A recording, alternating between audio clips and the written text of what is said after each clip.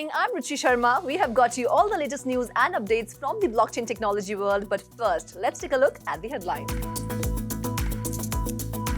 India received $638 million worth of investments in crypto blockchain in 2021. MicroStrategy buys the Bitcoin dip again, adds $94.2 million in BTC. Binance to buy more of crypto Visa card issuer Swipe. Santo Blockchain buys 50 Bitcoin ATM machines, plans to get 300 in 2022. Genesis issues $6 million NFT-backed loan to Meta4 Capital.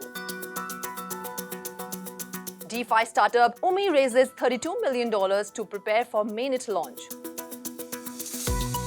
First US Bitcoin ETF discount stays near record lows. Thailand's small entrepreneurs tapping into Bitcoin mining. Social NFT marketplace app Artrade launches second round of token sale event. Malaysian police seize 1,720 Bitcoin mining machines.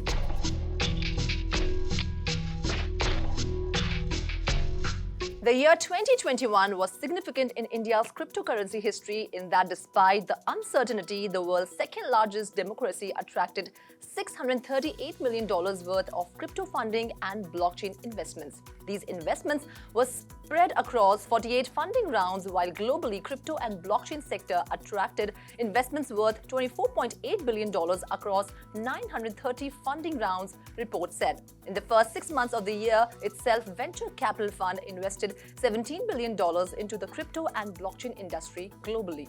Among the significant investments in India included cryptocurrency exchange CoinDCX raising $90 million in its Series C round, led by Facebook co-founder Edurado, and Sequoia India ramping up its investment in CoinSwitch Kuber. Meanwhile, demand for cryptocurrencies exploded across the country amid the pandemic. MicroStrategy, a Fortune Global 500 company, has added another 1,914 bitcoins to its portfolio, totaling $94.2 million at an average cost of $49,229 per bitcoin.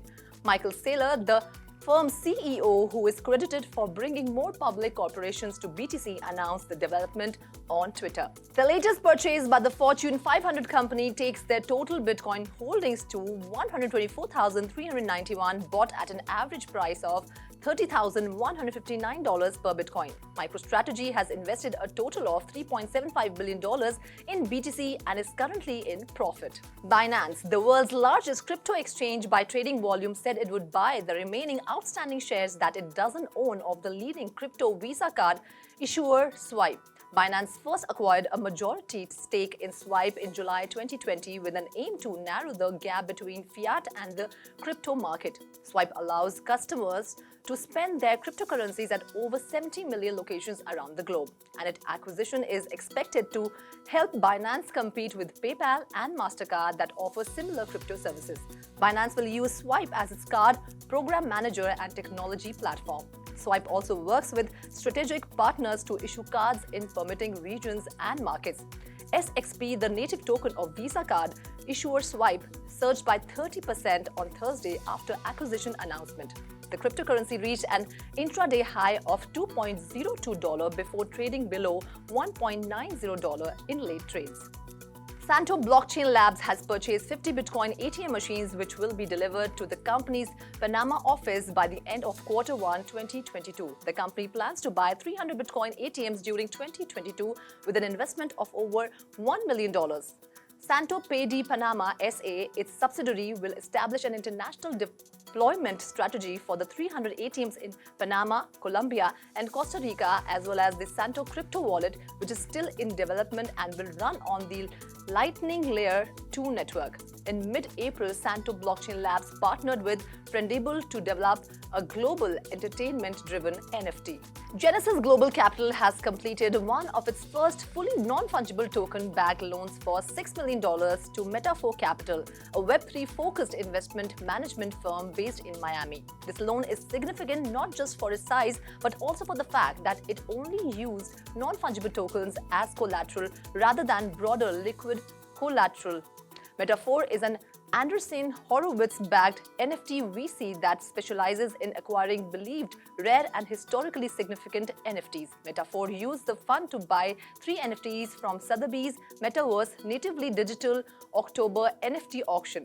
The $3.4 million record-setting gold Bored Ape Yacht Club, the $3.6 million rare Pepe Pepanopoulos, and a $1.5 million NFT from Fingerprint DAO's Michael F. Chan. Umee, a startup that develops decentralized finance tools to help provide liquidity across blockchains, raised $32 million in additional funds from a token sale ahead of its mainnet launch slated for February 2022. The token sale set a record for CoinList, a platform that undertakes sales of tokens before they appear on exchanges, with more than 922,000 registrants and 64,000 new token holders added to the Umee blockchain. This funding round follows a $6.3 million seed round from Polychain and Coinbase in June. The new funding will go toward expanding the core team, the company said, including hiring developers and engineers. The fund will also be used to expand legal compliance resources, add underlying infrastructure, and add more to its global community through marketing. Umee mainnet launch will provide a base layer for other applications to be built on top of it to allow for liquidity between different blockchain networks. Bitcoin exchange-traded funds were launched with fanfare amid expectations of strong demand from institutions, but a few months later, the demand seems to be waned. United States' first Bitcoin futures exchange-traded fund, the ProShare Bitcoin Strategy ETF, is now trading at nearly 30% below its launch price. Going from record-breaking volume on its first day to its current state, the ETF has even underperformed the embattled Bitcoin spot price in 2021. Some analysis termed the Bitcoin ETF as a dud. In fact, even the Grayscale Bitcoin Trust continues to trade at its biggest ever discount to Bitcoin spot price or net asset value. Investors continue to await for US Securities and Exchange Commission to approve a spot Bitcoin ETF.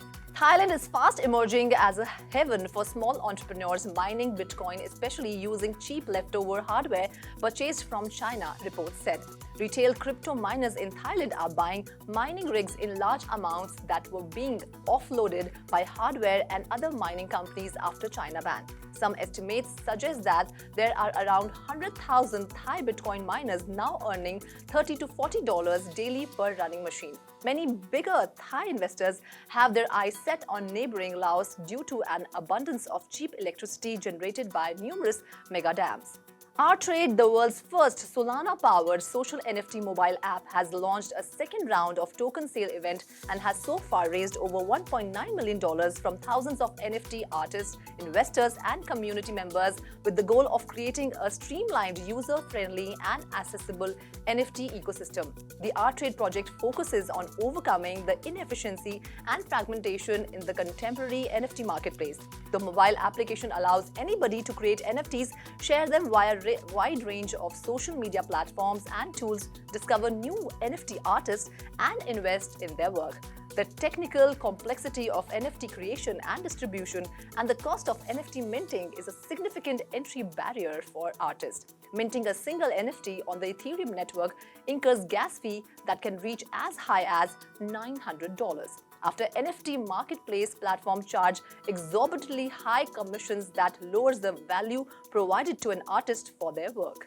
Malaysian police have seized 1,720 Bitcoin mining machines worth 3.5 million renminbi or $836,920 in a raid, according to a local newspaper report. The raid was conducted based on complaints of illegal consumption of electricity. The mining farm apparently stole 2 million renminbi worth of power. In addition to ASICs, the police also confiscated monitors, central processing units, modems, and other equipment. The Malaysian police in July destroyed more than 1,000 Bitcoin mining machines after the seizure. That's all in the bulletin for now. Keep watching Crypto TV.